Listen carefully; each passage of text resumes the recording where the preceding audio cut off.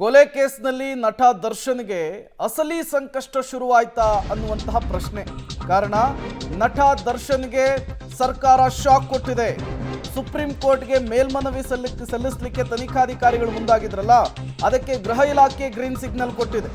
ನಿನ್ನೆ ಸುಪ್ರೀಂಗೆ ಮೇಲ್ಮನವಿ ಸಲ್ಲಿಕೆಗೆ ಆದೇಶವಾಗಿದೆ.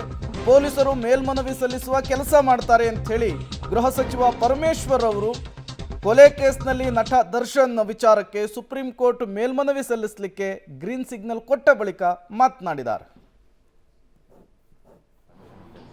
ಈಗಾಗಲೇ ಸರ್ಕಾರದಲ್ಲಿ ನಾವು ಮೊದಲೇ ತೀರ್ಮಾನ ಮಾಡಿತ್ತು.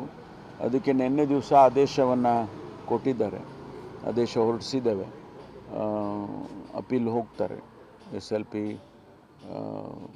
ಸುಪ್ರೀಂ ಕೋರ್ಟ್ನಲ್ಲಿ ಫೈಲ್ ಮಾಡ್ತಾರೆ.